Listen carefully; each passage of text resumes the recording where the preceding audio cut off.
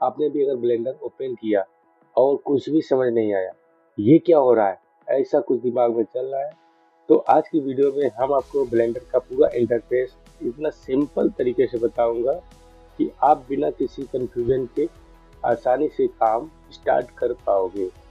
जैसा कि पहले वीडियो में हमने जाना था ब्लेंडर के पावर्स के बारे में, ब्लेंडर से हम क्या क्या कर सकते हैं, आज हम प्रैक्टिकली उन चीज़ों को करके दिखेंगे कि ब्लेंडर के फीचर्स और ब्लेंडर का इंस्टॉलेशन से लेकर ब्लेंडर के व्यू पोर्ट इंटरफेस किस तरीके से ब्लेंडर का की फीचर्स काम करते हैं, किस तरीके से हम कौन सा वर्क कौन सा ऑब्जेक्ट कहाँ पे क्या कर सकते हैं। इसी वीडियो में हम जानेंगे जीरो लेवल से प्रो लेवल तक इसका यूज इस तरीके से करते हैं। ब्लेंडर को इंस्टॉल करना बहुत ही आसान है, बट थोड़ी सी कंफ्यूजिंग होता है कि ब्लेंडर कौन सा वर्जन इंस्टॉल करना है कौन सा नहीं। तो चलिए बिना समय गवाए हम आप स्टार्ट करते हैं। आपको जाना है सीधे गूगल क्रोम में, वहाँ पे blender.org डाल के गूगल बार में सर्च करेंगे तो सबसे पहला जो ऑप्शन आता है हमारा, ये कोई भी सॉफ्टवेयर हम डाउनलोड करते हैं तो ये इसका खास बात पे ध्यान रखना चाहिए कि हमेशा ऑफिशियल वेबसाइट से डाउनलोड करने चाहिए बिना किसी रिस्क के। इससे ओपन करेंगे, हाँ, ओपन करने पे हमारा जो पहला फेसअप आएगा ये ब्लेंडर 5.1 जो हमारा प्रेजेंट में ब्लेंडर का वर्जन चल रहा है 5.1 वर्जन का। अगर आपका लैपटॉप स्ट्रॉन्ग है तो आप बिना झिझक इसे इंस्टॉल कर सकते हैं बिना किसी लैग। मैं आपको डायरेक्टली सिंपली भाषा में बताना चाहता हूँ कि ये हम डाउनलोड करने वाले नहीं, हम डाउनलोड करेंगे, आपको बताते हैं। यहाँ पे क्लिक करेंगे डाउनलोड, वहाँ पे हमें ब्लेंडर का वर्जन लॉन्ग टर्म परफॉर्मेंस कर रहा है उसे हम इंस्टॉल, यहाँ पे जाएंगे प्रीवियस वर्जन पे क्लिक करेंगे। हाँ, प्रीवियस वर्जन के बाद हमें यहाँ पे टाइप करना है रिक्वायरमेंट फॉर ओल्ड वर्जन, मतलब आपके पीसी के अनुसार ब्लेंडर के वर्जन को डाउनलोड करना है। ब्लेंडर के सारे वर्जन आप स्मूथली इंस्टॉलेशन तो कर लेंगे, लेकिन उसका यूज हाई परफॉर्मेंस लेवल तक लो एंड पीसी कैटेगरी के जो लैपटॉप होते हैं उसमें हैंग होने लगता है, लैपटॉप होता है क्रैश हो जाएगा, या फिर कोई प्रोजेक्ट आप कर रहे होंगे तो ज़्यादा से चांस होते हैं कि वो लैग हो। तो जो कंपेटेबल वर्जन होते हैं उसे इंस्टॉल करना सबसे बड़ी समझदारी होगी। कहने का मतलब क्यों लिखना है कि लॉन्ग टर्म सपोर्टेड वर्जन है उसे इंस्टॉल करना ही उससे बड़ी समझदारी होगी। हम डाउनलोड करने वाले हैं ब्लेंडर 3.6 LTS सपोर्ट OpenGL। अगर एक बात क्लियर कर देता हूँ कि अगर आपके पास लो एंड पीसी लैपटॉप है तो आप ब्लेंडर का 2.9 टू सपोर्टेड विंडोज 7 ही इंस्टॉल करें, ये सबसे कंफर्टेबल वर्जन है लो एंड पीसी लैपटॉप के लिए। ठीक है, ब्लेंडर 3.6 LTS नॉर्मली इस पर जैसे डाउनलोड क्लिक करेंगे डायरेक्टली ये यहाँ से डाउनलोड का ऑप्शन आ जाएगा और यहाँ पे हम डाउनलोड करना चाहते हैं ब्लेंडर 3.6 LTS मतलब सपोर्टेड। ये यहाँ से डाउनलोड पर क्लिक करेंगे, क्लिक करने के बाद यहाँ पे जो आपका है, यहाँ पे आपको दो चीज़ का ध्यान देना पड़ेगा, विंडोज इंस्टॉलर और विंडोज पोर्टेबल। ये क्या होता है कि विंडोज पोर्टेबल जो होता है ये डाउनलोड करेंगे और उसको डाउनलोड के बाद एक्सट्रैक्ट करेंगे तो ये डायरेक्टली हमारे डेस्कटॉप पे नहीं ओपन होता, ये हमें डायरेक्ट फाइल से ही ओपन करना होता है। यहाँ पे क्लिक करके ये डाउनलोडिंग स्टार्ट होना शुरू हो जाएगा। ठीक है, तो यहाँ पे देखेंगे your download will start automatically if it did not start download manually. मतलब कहने का मतलब साफ तौर पे यही है कि अगर वहाँ पे क्लिक करने के बाद आपका ये पेज खुलने से पहले आपका डाउनलोड स्टार्ट ऑटोमेटिक हो जाता है। अनफॉर्चुनेटली अगर नहीं होता तो आप यहाँ पे डाउनलोड मैनुअली पे क्लिक करके डाउनलोड कर सकते हैं। यहाँ पे क्लिक करेंगे ये आपका 3.623 डाउनलोड होना स्टार्ट हो जाएगा और जब तक ये डाउनलोड होता है तब तक आप एक छोटा सा काम कर सकते हैं। जल्दी जल्दी आप इस चैनल को सब्सक्राइब कर लें और बेल आइकन दबाना बिल्कुल ना भूलें, ताकि जो भी हम अपडेट्स देंगे यहाँ पे, जो भी इसके बारे में अपडेट देंगे वो सबसे पहले आपके पास। ब्लेंडर को पूरी डाउनलोड करने के बाद इंस्टॉलेशन कैसे करना है उसके बारे में जानेंगे। फिर ब्लेंडर को इंस्टॉलेशन के लिए हमें जाना है ब्लेंडर के फाइल, माउस से हमें डबल टैप, उसके बाद prepare to install Blender, automatic installation होना शुरू हो जाएगा। ब्लेंडर का इंस्टॉलेशन ठीक उसी प्रकार करना है जिस तरीके से हम नॉर्मल सॉफ्टवेयर को इंस्टॉलेशन करते हैं। यहाँ पे हमें नेक्स्ट करना है, चेक बॉक्स को क्लिक करके यहाँ पे हमारा लोकेशन शो करेगा, ब्लेंडर की जो फाइल्स रहेंगी वो कहाँ पे सेव होंगी। अगर आप मैनुअली करना चाहते हो तो आप ब्राउजर पे क्लिक करके आप इसमें आप रखना चाहते हैं रख सकते हैं, वो आपके ऊपर डिपेंड करता है। हम उसे ऐसे ही रखते हैं, डिफ़ॉल्ट में रखते हैं। आगे हम नेक्स्ट पे क्लिक करेंगे। अब हमारा ब्लेंडर बिल्कुल इंस्टॉलेशन के लिए रेडी। अब हमारा ब्लेंडर पूरी तरीके से इंस्टॉल हो चुका है। अब ये हमारा डेस्कटॉप पे देखेंगे ब्लेंडर 3.6 जो हमने वर्जन डाउनलोड किया था, पूरी तरह से ये इंस्टॉल हो चुका है। स्टार्ट करने से पहले ब्लेंडर को इंस्टॉलेशन गूगल क्रोम के अलावा और भी कहां से कर सकते हैं उसके बारे में बताऊंगा। दूसरा ऑप्शन आपके पास ये माइक्रोसॉफ्ट स्टोर है, तो उसे ओपन करें। यहाँ से पहले मैं इसे बड़ा कर लेता हूँ। ओपन करके यहाँ पे सर्च बार में हमें टाइप करना है ब्लेंडर। अगर आप कोई स्पेशली वर्जन डाउनलोड करना चाहते हैं तो वर्जन का भी नाम डाल सकते हैं 3.6, या फिर आप ऐसे ही सर्च करेंगे ब्लेंडर। हाँ, तो आपको यहाँ पे दिखेंगे ब्लेंडर के सारे वर्जन लॉन्ग टर्म सपोर्टेड, मतलब लंबे समय तक के लिए अच्छा परफॉर्मेंस कर चुके हैं। यहाँ पे आप देख रहे होंगे कि ब्लेंडर के सारे वर्जन यहाँ पे शो कर रहे हैं। आपको जो भी इंस्टॉल करना है आपके लैपटॉप पीसी कैपेबिलिटी के ऊपर जो डिपेंड करता है कि आपका लैपटॉप कितना स्ट्रांग है, उसका GPU, CPU, RAM, video RAM, ये सब जितने स्ट्रांग होते हैं उतने केयरफुली आप उसे इंस्टॉलेशन और स्मूथली पूरा वर्क कर सकते हैं। तो फिर डाउनलोड करने के लिए सीधा सा फंडा है, ये आप यहाँ से टैप करेंगे। ठीक, यहाँ पे ऑप्शन है गेट दिख रहा है, यहाँ क्लिक करेंगे। फिर यहाँ क्लिक करते ही यहाँ पे ब्लेंडर डाउनलोडिंग स्टार्ट होना शुरू हो जाता है। तो हमने दो तरीके बताए आपको ब्लेंडर को डाउनलोड कैसे किया जाता है, एक गूगल क्रोम के जरिए, दूसरा आपको बताया हमने माइक्रोसॉफ्ट स्टोर से इंस्टॉलेशन की। चलते हैं अपने मेन काम के लिए, जहाँ पे हम यहाँ ब्लेंडर ओपन करते हैं। अब सबसे इम्पोर्टेंट पार्ट ब्लेंडर के इंटरफेस को समझना। ये जो आप देख रहे हैं पूरा, ये आपका डिफॉल्ट में ब्लेंडर इंटरफेस आता है। यहाँ पे आपको मिलेगा एक कैमरा, एक ट्यूब और एक लाइट। यहीं से हर प्रोजेक्ट स्टार्ट होता है। अब सबसे इम्पोर्टेंट बात, ये जो आप देख रहे हैं ये व्यू पोर्ट एरिया है, जहां आप 70 से 80% टाइम आप इस पे स्पेंड करेंगे।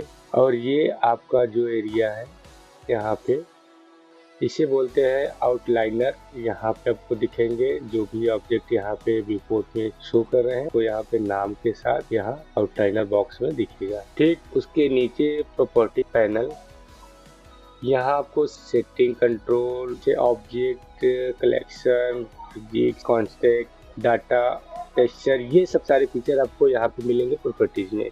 और नीचे ये जो आप देख रहे हैं ये लाइन, जो इससे हम यहाँ पकड़ के इसे ड्रैग कर सकते हैं, ये आपका है टाइम लाइन। ये यूज होता है एनिमेशन के लिए। यहाँ पे हम की फ्रेम सेट करते हैं।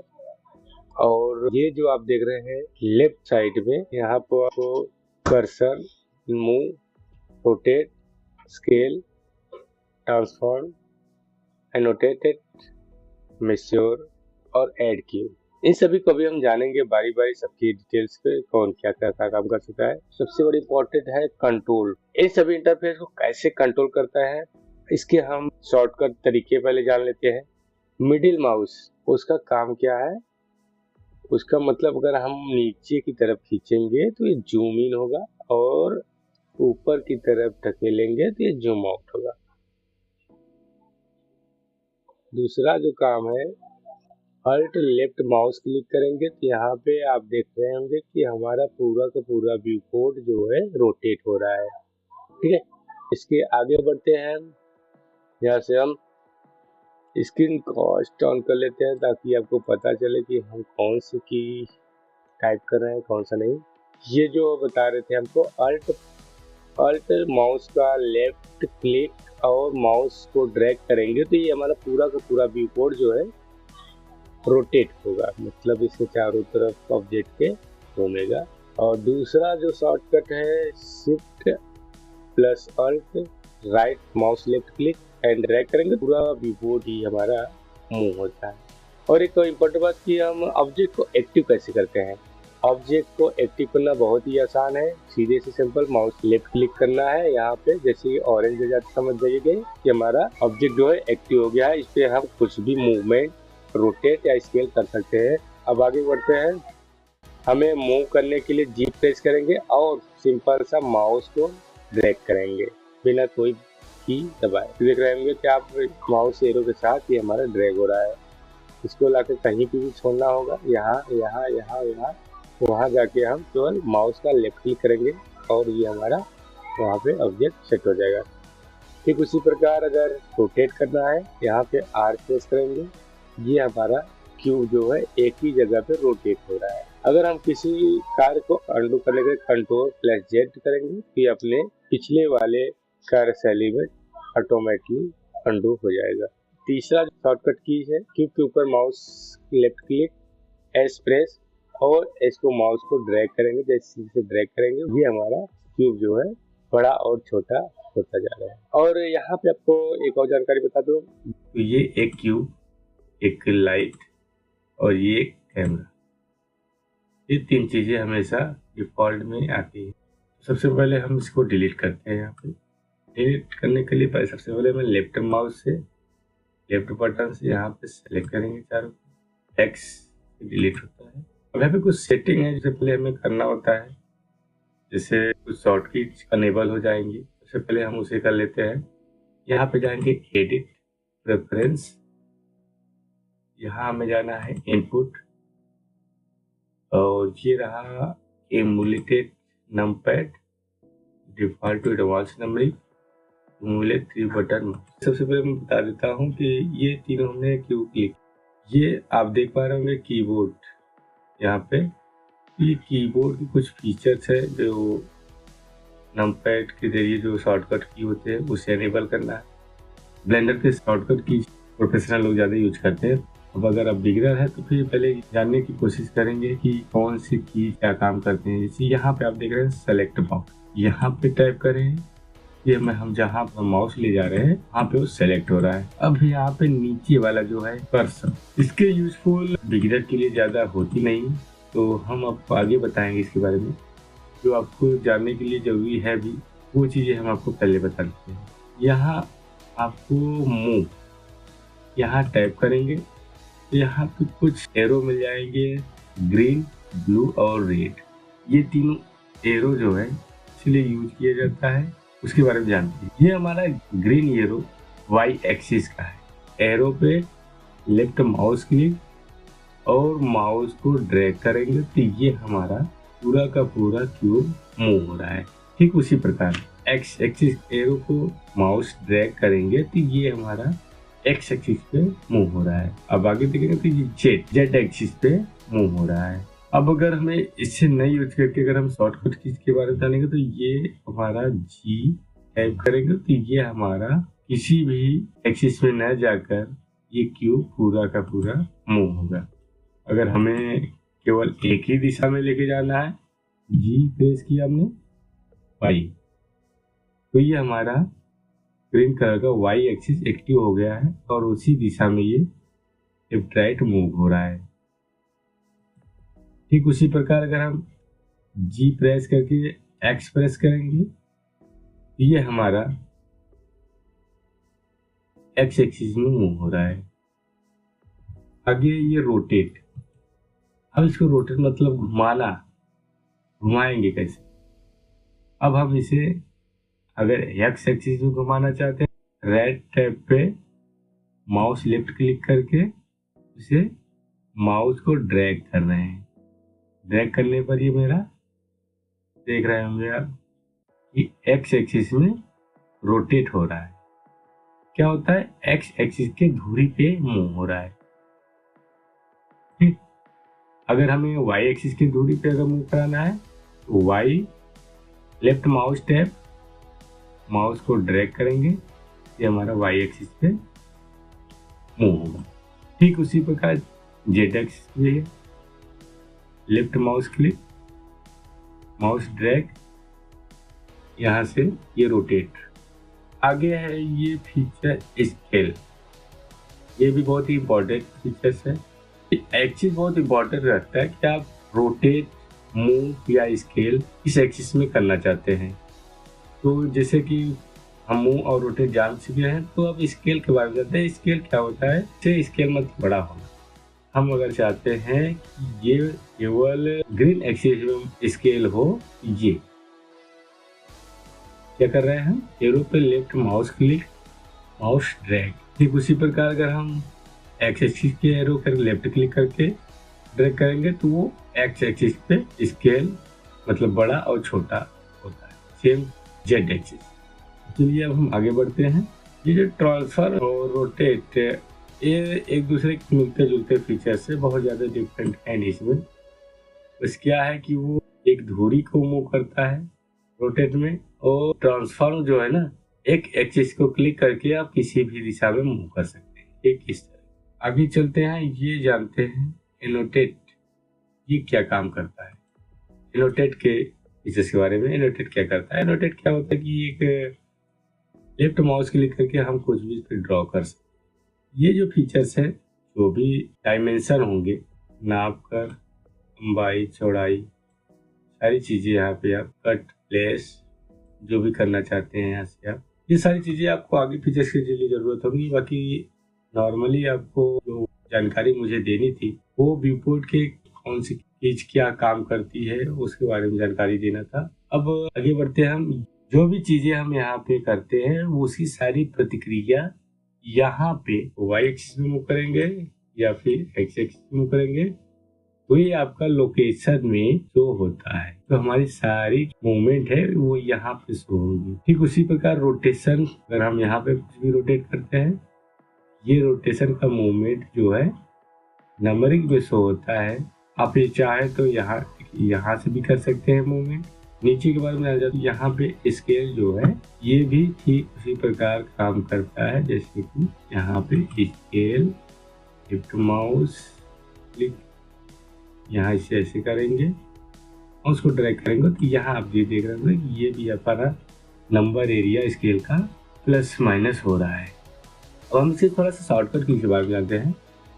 जैसे कि हमने कल ही बताया था कि आपको जी से ड्रैग करना है किसी भी दिशा में। अगर आप एक ही दिशा में ले जाना चाहते हैं, एक ही एक्सिस में ले जाना चाहते हैं, जी वाई सिंपली आपको माउस ड्रैग करना है, बाकी ये आपका मूवमेंट स्विच आउट हो गया है। यहाँ पे आपको क्लिक रखना है, वहाँ पे लेफ्ट माउस क्लिक करेंगे तो आपका ठीक हमें फिर से वहीं पे लाना है, जी टैप करेंगे और वाई, यहाँ से माउस ड्रैग क्लिक। ठीक उसी प्रकार रोटेट का भी है, आर प्रेस करेंगे तो ये हमारा रोटेट होने लगा।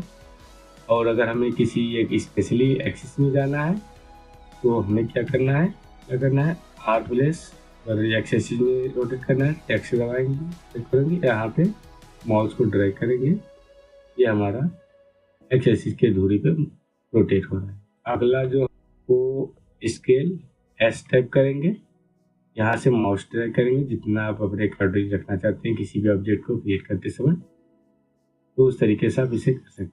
तो ये मोमेंट जो है लोकेशन, रोटेशन या स्केल का, हम इनको किस किस तरीके से कर सकते हैं ये भी हम आपको बता देते हैं। ये हमारा रहा सिंपल सा तरीका, ये एक्स एक्सिस पे, वाई एक्सिस पे, ठीक है, यहाँ पे ड्रैग करेंगे या फिर जेड एक्सिस पे। दूसरा तरीका जो है, आप यहाँ जो हमने बताया आपको लोकेशन से, यहाँ से भी कर सकते हैं। रोटेशन अगर रोटेट करना है ये, ठीक है, ये हमारा स्केल करेगा यहाँ से। बहुत सारे फीचर्स है, तो जैसे जैसे हम आगे बढ़ेंगे, जैसे जैसे हम सीखेंगे या प्रैक्टिस करेंगे तो उसको सारी चीज़ें आपको समझ में आने लगती है। ये डिपेंड करता है आपके प्रैक्टिस के ऊपर, जैसे जैसे आप प्रैक्टिस करेंगे वैसे वैसे आपका सारी चीज़ें इस पर एक बात आपको बिल्कुल ही क्लियर होना चाहिए, ब्लेंडर में जितना ज़्यादा आप प्रैक्टिस करेंगे उतना ही ज़्यादा आपके लिए आसान होगा। अगर आप ब्लेंडर को सीरियसली सीखना चाहते हैं तो अभी इस चैनल को सब्सक्राइब करें और बेल आइकन को दबाना बिल्कुल भी ना भूलें, ताकि इस चैनल पे सारी अपडेट सबसे पहले आपके पास पहुंचे। अगले वीडियो में हम सीखेंगे इसी क्यूब को लेकर एक प्रॉपर 3D मॉडल बनाना। मिलते हैं अगले वीडियो में, तब तक के लिए धन्यवाद।